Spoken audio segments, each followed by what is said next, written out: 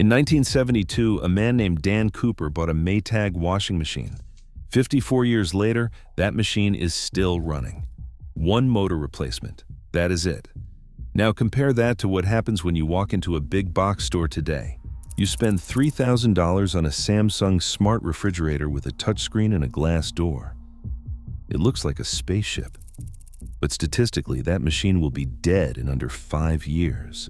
American households spend $463 on major appliances every single year, not because they want upgrades, but because the old ones keep dying. LG promised their linear compressor refrigerators would last 20 years. Class action lawsuits say they fail in 2 to 7 years. There have been multiple settlements, and they are still selling the same design. This is not bad luck. This is not wear and tear. This is an engineered outcome. There are 5 deliberate design decisions hiding inside your modern appliances that have turned your kitchen into a subscription service. Today, we are going to expose every single one of them. The first crime is the sealed bearing. In the old days, your washing machine drums spun on a set of steel bearings. They took a beating. They eventually wore out. But on a machine like a 1972 Maytag, you unscrewed the back panel, popped out the old bearings, pressed in new ones for $20, and got another 10 years of life. Today, manufacturers like Whirlpool and Samsung use a process called plastic welding. They mold the bearings directly into the plastic outer tub. The bearings are permanently sealed inside. When that $20 bearing fails, and it will fail, you cannot replace it. You have to replace the entire tub assembly. The part costs $400. The labor costs $300. You are now looking at a $700 repair bill on an $800 machine. The repairman looks at you and says the 5 words that define the modern appliance economy. It is not worth fixing. That phrase is not an accident. It is a business model. In 2016, Whirlpool settled a class action lawsuit covering 5.6 million defective front-loading washers. The machines grew mold inside sealed compartments that could not be accessed or cleaned. Whirlpool denied liability but paid out anyway. They did not redesign the machine. They just kept selling it. They engineered the failure point and then removed your ability to repair it. The only option left is to buy another one. The second crime is the computer chip. Your grandmother's oven had a mechanical dial. It was a simple switch connected to a heating element. If the switch broke, you bought a $10 replacement and screwed it in yourself. Your modern oven has a motherboard, a printed circuit board with microprocessors, soldered connections, and capacitors.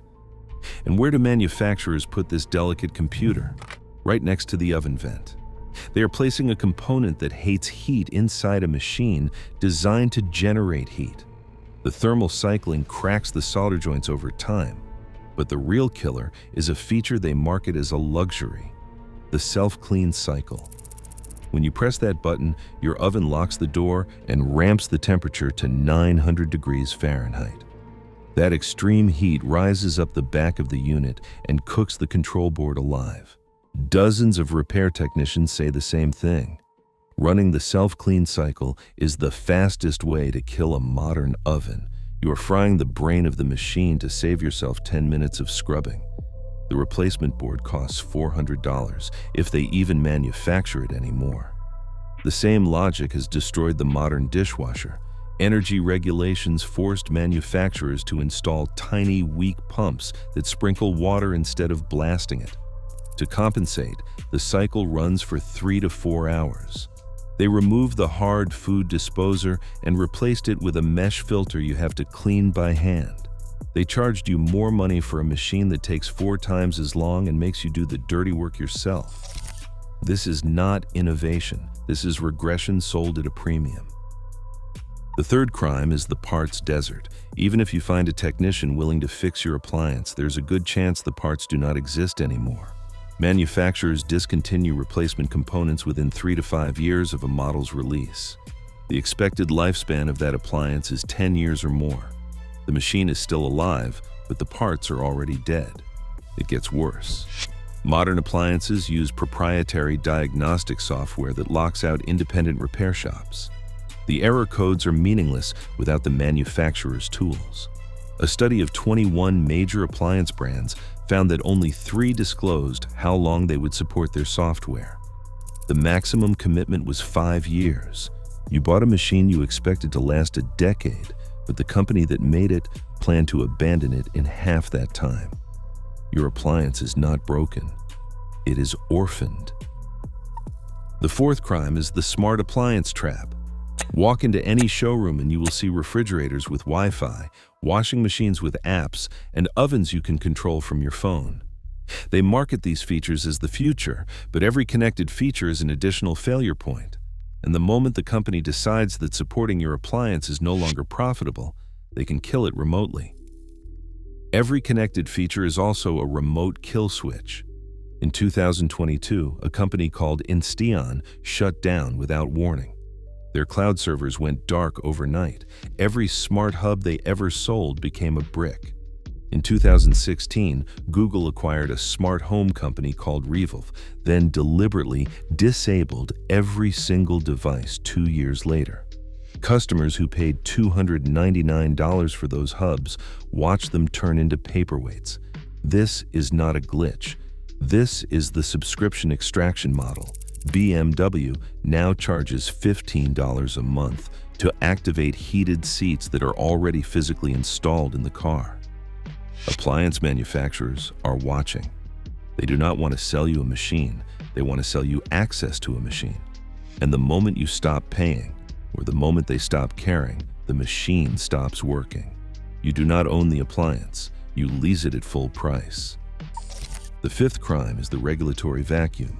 In the European Union, manufacturers are now required by law to keep spare parts available for 10 years after purchase for washers, dryers, and dishwashers.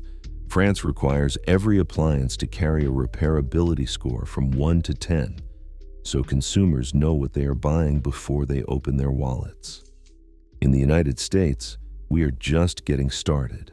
7 states have passed right to repair laws as of 2026. Oregon became the first to ban parts pairing, the practice of using software to reject third-party replacement components. Colorado became the first to explicitly cover household appliances. The FTC filed suit against John Deere for locking farmers out of their own equipment. That lawsuit sets the precedent for going after appliance manufacturers next.